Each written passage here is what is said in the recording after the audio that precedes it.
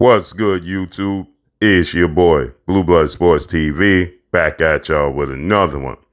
So, lightweight, junior welterweight, Mexican superstar title contender, King Ryan Garcia, he finally addresses being left alone in the highly anticipated showdown, the biggest fight of his career, against undefeated three-division world champion who simultaneously held the WBA super title at super featherweight, the WBA regular title at lightweight and junior welterweight, superstar boxer Gervonta Tank Davis, who is now 29 wins, no losses, no draw, 27 big wins by way of knockout. He is 28 years of age, 5'8", with a 67-inch arm reach. Okay, with that said, Gervonta Tank Davis is a superstar. He has, going into the fight, 26 knockouts in 28 fights. Gervonta Tank Davis is a southpaw. He's very skilled, high ring IQ, very granite chin, very durable, doesn't have weaknesses outside of his physical size, right? Just being short at 5'5" with a 67-inch arm reach. He is the same compact size as legendary 8-division world champion, iconic Filipino superstar boxer Manny Pac-Man Pacquiao, who oddly enough retired Ryan Garcia's promoter and Olympic gold medalist, 6th-division world champion, Mexican-American superstar, iconic Hall of Fame boxer, now founder of Golden Boy Promotions, and Oscar the Golden Boy De La Hoya. That was Oscar De La Hoya's last fight. So Ryan Garcia, he went into this fight with 23 wins, no loss, no draw, 19 wins by way of knockout at 24 years of age, 5'10" with a 70-inch arm reach, with no experience. He never fought for a world title, so obviously he's never won a world title. He just lacked experience, okay? He just hasn't been there. He has talent, extremely fast hands, power in both hands. He has all the talent, all the tools. He lacks the foot speed, which comes with the experience department, because that department will help him understand how to set up his punches, how to cut off the ring, and how to utilize his abilities to the best of his abilities, and how to nullify his own shortcomings, right? But after the fight, so he went into this highly anticipated fight. He accepted all the demands on the part of Gervonta Tank Davis, who's the clear A side. Clear A side, okay? Not even close. But Ryan Garcia has a huge popularity, fan base, momentum. 9 million Instagram followers, and plus his other social media. So huge. But he lacked the experience. But he conceded to everything against the wishes of Bernard Hopkins and Oscar De La Hoya.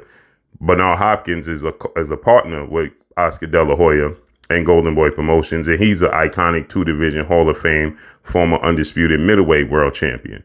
So with that said, right, Oscar De La Hoya and Bernard Hopkins, they didn't want Ryan Garcia to take this fight and concede to all the demands. They wanted him to build up so that they could be on an even playing field. Oscar De La Hoya, he wanted Ryan Garcia to have a tune-up, stay busy fight, just like Gervonta Tank Davis. They announced this fight in November, that they was going to have this fight in April of this year. So they announced it in 2022. But Gervonta Tank Davis said, well, I'm going to have a tune-up fight against Hector Garcia January 7th to stay busy against another skilled southpaw, right? So he stayed busy. Ryan Garcia announced that he was going to fight Jester January 28th, just a few weeks after Gervonta Tank Davis, and then he decided to pull out and stay focused on Gervonta Tank Davis fight against the wishes of Oscar De La Hoya and Bernard Hopkins. Then he accepted the rehydration clause and the catch weight of 136. He was 2 years and 2 fights removed from fighting at 135. So he accepted to fight at 136, which he stated, obviously, he had made no excuses, but clearly he was weight drained, and everybody can see it. Everybody had an issue with the rehydration clause, but he made weight comfortably, and there's no excuses. But like he said, he just felt like his legs wasn't there. They just simply was not there. So with that said, after the fight took place. Ryan Garcia comes out in the first round. He's aggressive. But as I told you guys, it was going to be a chess match. And I told you Gervonta Tank Davis wasn't going to be aggressive. He was going to fight off the back foot. And that's what he did. He utilized a lot of movement. He got dropped in the second round, making mistakes. As I explained to you guys, he would. He gets overzealous in his hand speed and his power. He swings extremely wide with his hooks, and he could get clipped down the pipe, right? The openings are there. And so that's exactly what happened. He threw 3 straight left hooks that missed. Then he tried to walk him down and come back with another straight left hook that Tank slipped underneath and countered with a left hand of his own and dropped Ryan Garcia in the second round. Then he got up, he weathered that storm, and he was aggressive again. Then in the 7th round, he got caught with a counter left under his rib cage in his liver, and that was all she wrote. But again, in that sequence, he threw a left hook that missed. Then he threw a right hook that missed out of position, and Gervonta Tank Davis calculated that information, slipped underneath, threw his own left hook to the liver, and that was all she wrote. He couldn't get up. To which that was met with his well-renowned 3 Hall of Famers, as you see in this photo.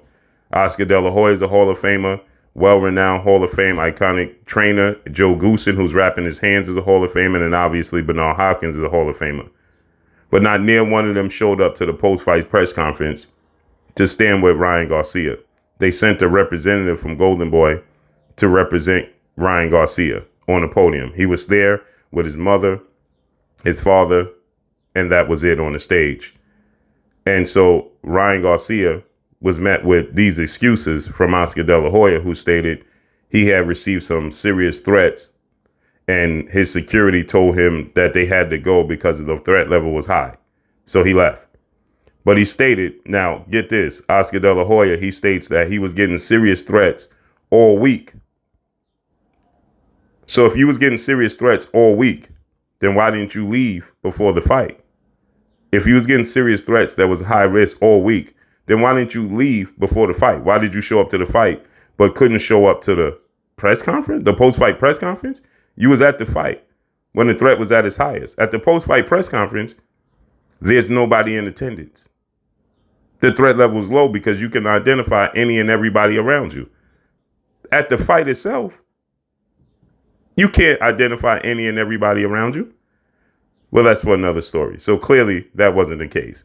Then Bernard Hopkins, his reasoning was he didn't want to cause a circus because of the accusations. Now, I understand the accusations made against him after the scuffle and altercation at the weigh-in where he touched Gervonta Tank Davis. Things got heated, and they accused him of possibly, allegedly having testosterone cream on his hand when he touched Gervonta Tank Davis to test positive.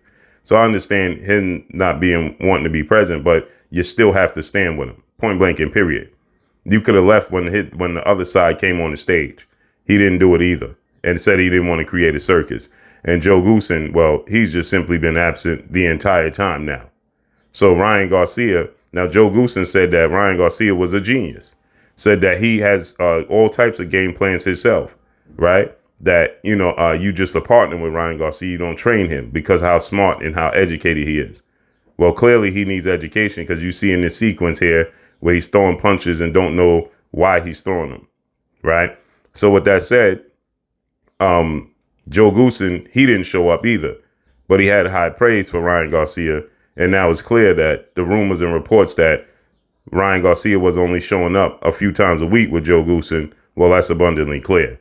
So Ryan Garcia, now he responds and he says, time to make some changes. He said, quote, may have looked like I was up there alone, but I was always walking with Jesus. So Ryan Garcia has big faith. Obviously, he's been going through things mentally, as he stated in the past. That's why he took a vacation and a hiatus when he was originally supposed to negotiate a fight with Gervonta Tank Davis and Javier Fortuna. So the changes that should be made on the part of Ryan Garcia, in my opinion, is go to Mayweather Promotions. Leonard Ellaby would be perfect for Ryan Garcia. Build up his career, build him back up, put him in some fights. He already has the name. He already has the popularity.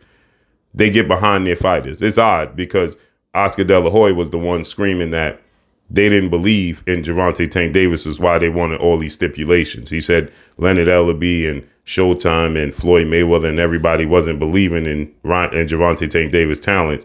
That's why they wanted all these stipulations and they didn't stand with him. And then he turns around and doesn't stand with his fighters as soon as his fighter loses. That's not ironic. That's just who he is. So if I'm Ryan Garcia, he needs to make changes and he needs to get with a trainer that's going to hold him accountable, right? And he needs to listen, and he needs to lock in with the trainer and stop trying to think that he knows everything. That's for one. And two, he needs to part ways from Golden Boy Promotions. He needs to get with, I would go with Mayweather Promotions and Leonard Ellaby. This is not it. So Ryan Garcia finally responds, says time to make some changes, as he should. They left this young man on the podium by himself, and impressively and maturely, he stood there, stood on his square, accepted all responsibility, had no excuses and no blames towards no one but himself. That's huge. The future is still bright for Ryan Garcia. Drop a comment in the comment section. Let me know what y'all think. Follow me on Instagram at Blue Blood Sports TV, all one word. I'm going. Peace. Garcia Bumgarner, you're watching Blue Blood Sports TV.